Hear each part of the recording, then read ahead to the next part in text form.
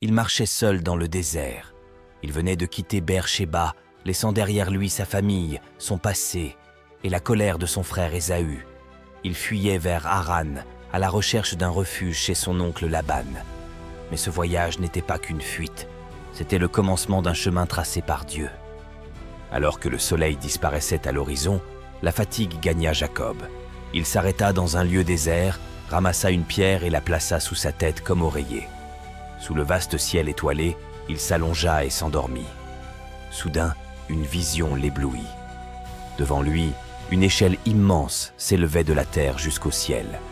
Sur ces marches, des anges de Dieu montaient et descendaient, comme un pont entre le monde des hommes et le royaume divin. Et puis, une voix résonna, une voix puissante, empreinte d'autorité et de douceur à la fois. « Je suis l'Éternel, le Dieu d'Abraham ton père, et le Dieu d'Isaac. » Jacob sentit son cœur se serrer. « La terre sur laquelle tu es couché, je te la donnerai à toi et à ta descendance. Tes enfants seront aussi nombreux que la poussière de la terre. Ils s'étendront à l'Orient et à l'Occident, au nord et au sud, et en toi seront bénies toutes les familles de la terre. Je suis avec toi. Je te garderai partout où tu iras, et je te ramènerai dans ce pays. Je n'abandonnerai jamais mon œuvre en toi. » Et puis, tout disparut. Jacob se réveilla en sursaut, le souffle court, encore troublé par cette vision. Il regarda autour de lui. La nuit était toujours là, calme et silencieuse.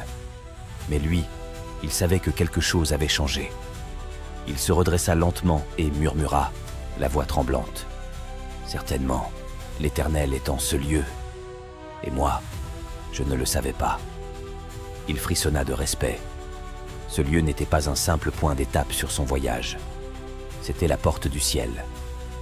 Au matin, il se leva, prit la pierre qui lui avait servi d'oreiller et la dressa comme un monument. Il versa de l'huile dessus, consacrant ce lieu à Dieu, et lui donna un nom, Béthel, la maison de Dieu. Puis, levant les yeux vers le ciel, il fit un vœu solennel. « Si Dieu est avec moi, s'il me garde sur ce chemin, s'il me donne du pain à manger et des vêtements pour me couvrir, et si je reviens sain et sauf chez mon Père, alors l'Éternel sera mon Dieu. » Il regarda la pierre dressée devant lui et ajouta, « Et cette pierre que j'ai dressée sera la maison de Dieu. De tout ce que tu me donneras, ô Éternel, je t'en donnerai la dîme. » Et ainsi, Jacob reprit sa route. Mais il n'était plus seul.